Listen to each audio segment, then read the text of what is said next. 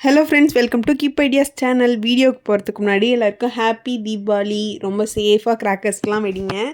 இன்றைக்கி வாங்க நம்ம ஒரு அழகான வால் டெக்கர் தீபாவளிக்காக தான் செய்ய போகிறோம், கலர் ஷீட் யூஸ் பண்ணி. ஆக்சுவலாக லாஸ்ட் வீடியோவில் நான் இதோட ஃபுல் வெர்ஷன் நான் இதில் இதே மாதிரி தான், பட் அது கொஞ்சம் டிஃப்ரெண்ட்டு பேட்டர்னில் செஞ்சுருந்தேன். பட் இது வந்து அதில் ஒரு ஹாஃப் மாதிரி இது வந்து ஒரு மினி வெர்ஷன் வச்சுக்கலாமா, அந்த மாதிரி தான் செஞ்சுருக்கேன். பட் என்ன தான் அது வந்து இன்னும் கொஞ்சம் பெருசாக செஞ்சாலுமே இது குட்டி அண்ட் க்யூட்டாக இருக்கும். அந்த வீடியோ வேணும்னா நான் வந்து டிஸ்கிரிப்ஷனில் லிங்க் கொடுக்குறேன்.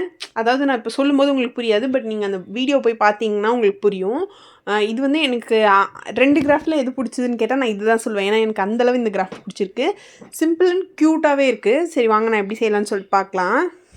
ஃபர்ஸ்ட் ஒரு எல்லோ ஷீட் எடுத்துக்கிட்டு நான் ஃபோல்ட் பண்ண மாதிரி ஃபோல்ட் பண்ணி எடுத்துக்கோங்க. நெக்ஸ்ட்டு ஒரு ரெட் கலர் ஷீட் எடுத்துக்கிட்டு அதில் வந்து விளக்கு செய்ய போகிறோம். நீங்கள் வந்து கலர் காம்பினேஷன்லாம் அப் டு யுவர் சாய்ஸ் தான். உங்களுக்கு என்னென்ன கலர் பிடிக்குமோ அந்த கலரில் ரெடி பண்ணி எடுத்துக்கலாம்.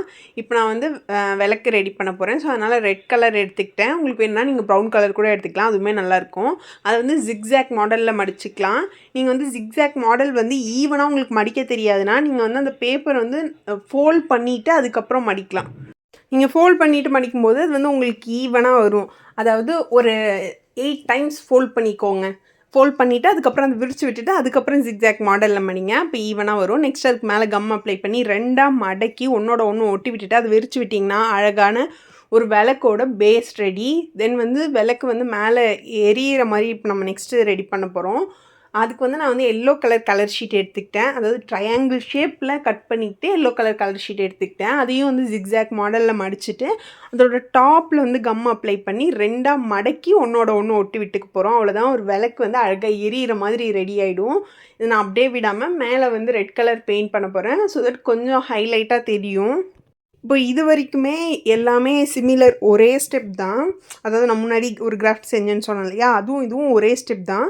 ஒரு சின்ன டிஃப்ரென்ஸ் தான். அது வந்து ஒரு ஹோல் சர்க்கிள் பண்ணுவோம். இது வந்து ஒரு செமி சர்க்கிள் மாடலில் பண்ணுறோம், அவ்வளோதான். அண்ட் இதில் வந்து ஒரு 5 கேண்டில்ஸ் ரெடி பண்ணியிருப்போம். இதில் வந்து நம்ம வந்து ஹேங் ஆகிறதுக்கு அது வந்து 5 கேண்டில். அண்ட் இதில் வந்து ஒரு 3 விளக்கு வந்து வைக்க போகிறோம். ஸோ அது மட்டும்தான் டிஃப்ரெண்ட்டே.